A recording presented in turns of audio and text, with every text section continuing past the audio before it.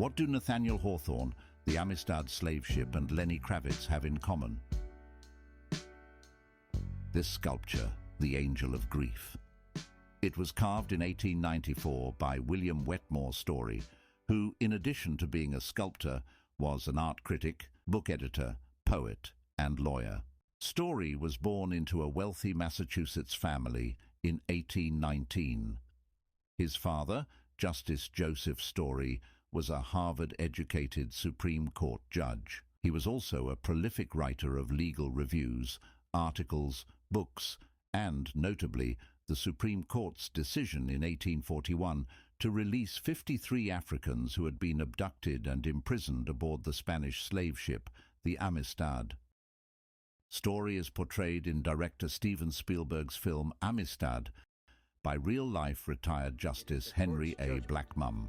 That the defendants are to be released from custody at once, and if they so choose, to be returned to their homes in Africa.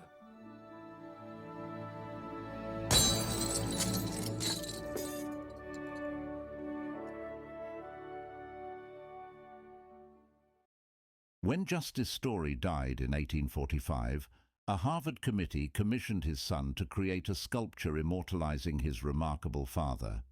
William, who was not a professional sculptor but a promising amateur, accepted the commission with the agreement that first he would study sculpture in Italy. And in 1847, he, his wife Emmeline, and their 2 children sailed to Florence.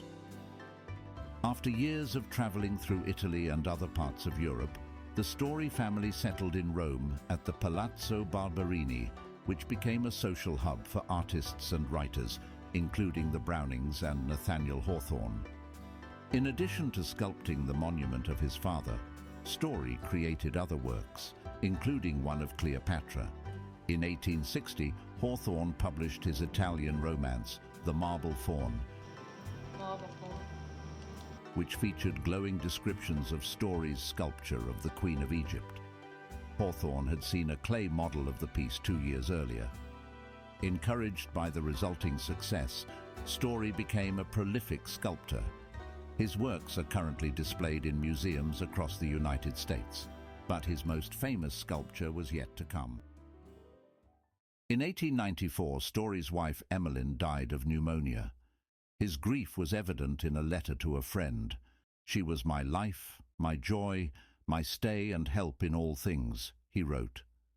"What is left seems to be but a blank of silence, a dead wall which, when I cry out, only echoes back my own voice."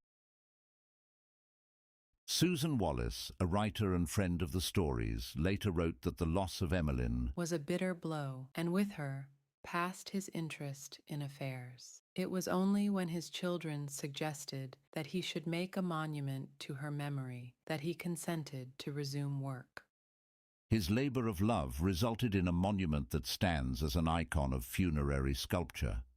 It represents the Angel of Grief in utter abandonment, throwing herself with drooping wings and hidden face over a funeral altar, Story told a relative. "It represents what I feel."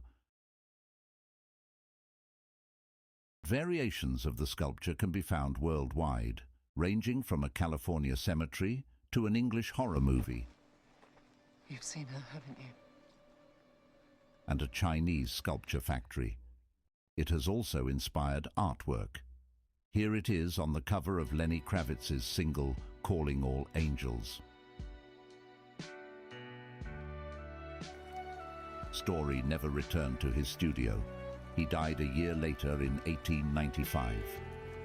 He is buried alongside his beloved wife Emmeline in the Protestant cemetery in Rome, beneath his sculpture.